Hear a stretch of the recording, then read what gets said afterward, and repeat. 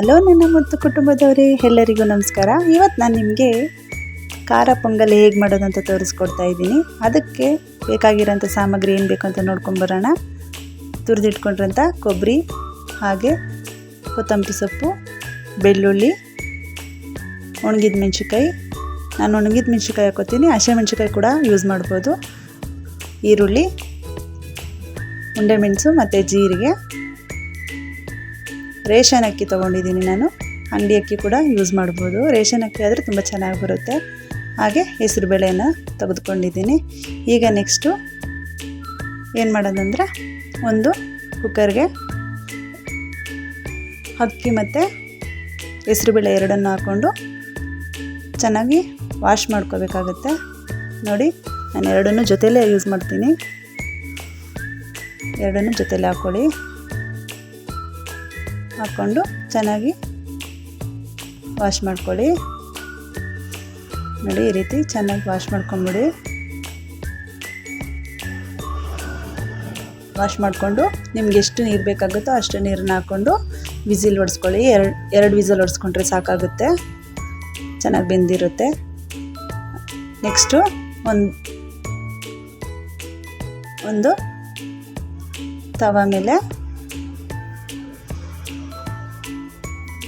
ಎಣ್ಣೆ ಹಾಕಿಬಿಟ್ಟು ಸಾಸಿವೆ ಕೂಡ ಹಾಕಿ, ಸಾಸಿವೆ ಸಿಡಿದ ಮೇಲೆ ಈರುಳ್ಳಿನ ಹಾಕ್ಕೊಬೇಕು.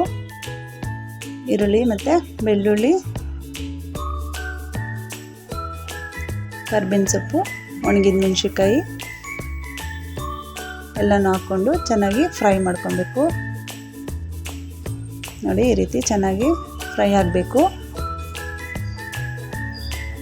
ಆಮೇಲೆ ಜಜ್ಜಿಟ್ಕೊಂಡಿದ್ದೀನಿ ನಾನು ಮೆಣಸನ್ನ ಮತ್ತು ಜೀರಿಗೆ ಎರಡನ್ನೂ ಜೊತೆಯಲ್ಲಿ ಹಾಕ್ಕೊಳ್ಳಿ. ಅದ್ರ ಜೊತೆಲೇ ಅಷ್ಟೂ ಎಣ್ಣೆನಲ್ಲೇ ಫ್ರೈ ಮಾಡ್ಕೊಬೇಕು. ಫ್ರೈ ಮಾಡ್ಕೊಂಡಾದ್ಮೇಲೆ ಅದ್ರ ಜೊತೆಗೇ ಅರಿಶಿನ ಕೂಡ ಹಾಕ್ಕೊಬೇಕು. ಚೆನ್ನಾಗಿ ಫ್ರೈ ಮಾಡ್ಕೊಳ್ಳಿ ಎಲ್ಲನೂ. ನೋಡಿ, ನೋಡ್ತಾ ಇದ್ದೀರಲ್ಲ, ಇದೇ ರೀತಿ ಫ್ರೈ ಆಗಬೇಕು. ನೆಕ್ಸ್ಟು ಈ ಅಕ್ಕಿ ಮತ್ತು ಹೆಸರುಬೇಳೆ ಎರಡನ್ನೂ ವಿಸಿಲ್ ಹೊಡೆಸ್ಕೊಂಡಿರ್ತೀವಲ್ಲ, ಅದಕ್ಕೆ ಸ್ವಲ್ಪ ತುರಿದಿಟ್ಕೊಂಡಿರೋಂಥ ಕೊಬ್ಬರಿನ ಹಾಕ್ಕೊಳ್ಳಿ. ಕೊಬ್ಬರಿ ಆದರೂ ಹಾಕ್ಕೊಬೋದು, ಕಾಯಿನಾದರೂ ಹಾಕ್ಕೊಬೋದು. ಅದ್ರ ಜೊತೆಗೆ ಈ ಹುರಿದಿಟ್ಕೊಂಡಿರೋಂಥದ್ದನ್ನೆಲ್ಲನೂ ಇದಕ್ಕೆ ಹಾಕ್ಕೊಂಡು ಮಿಕ್ಸ್ ಮಾಡ್ಕೊಬೇಕಾಗತ್ತೆ. ಆಮೇಲೆ ಸ್ವಲ್ಪ ಕೊತ್ತಂಬರಿ ಕೂಡ ಹಾಕ್ಕೊಳ್ಳಿ, ಫ್ಲೇವರು ಚೆನ್ನಾಗಿರುತ್ತೆ. ನೋಡಿ, ಎಲ್ಲನೂ ಜೊತೆಲಿ ಹಾಕ್ಕೊಂಡು ನಿಮಗೆ ನೀರು ಎಷ್ಟು ಬೇಕಾಗುತ್ತೆ ಅಷ್ಟು ನೋಡಿಕೊಂಡು ಮಿಕ್ಸ್ ಮಾಡ್ಕೊಳ್ಳಿ. ತುಂಬ ಗಟ್ಟಿನೂ ಬೇಡ, ತುಂಬ ತೆಳುವಾಗೂ ಬೇಡ. ನೋಡಿ, ಎಷ್ಟು ಬೇಕು ಅದುವಾಗಿ ನೋಡಿಕೊಂಡು ನೀರನ್ನು ಹಾಕ್ಕೊಂಡು ಮಿಕ್ಸ್ ಮಾಡ್ಕೊಳ್ಳಿ. ಈ ರೀತಿ ಚೆನ್ನಾಗಿ ಮಿಕ್ಸ್ ಮಾಡಿಕೊಂಡು ನಿಮಗೆ ಎಷ್ಟು ಬೇಕೋ ಅಷ್ಟು ನೀರನ್ನು ಹಾಕ್ಕೊಂಡು ರೆಡಿ ಮಾಡ್ಕೊಬೋದು. ಕೊನೆಯಲ್ಲಿ ರುಚಿಗೆ ತಕ್ಕಷ್ಟು ಉಪ್ಪನ್ನು ಹಾಕ್ಕೊಂಡು ಮಿಕ್ಸ್ ಮಾಡಿ. ನೋಡಿ, ಈ ರೀತಿ ಖಾರ ಪೊಂಗಲ್ ಮಾಡ್ಬೋದು, ಸುಲಭವಾಗಿ ಮಾಡ್ಬೋದು. ನಿಮಗೆ ಈ ರೆಸಿಪಿ ಇಷ್ಟ ಆದಲ್ಲಿ ಲೈಕ್ ಮಾಡಿ, ಶೇರ್ ಮಾಡಿ, ಕಾಮೆಂಟ್ ಮಾಡಿ.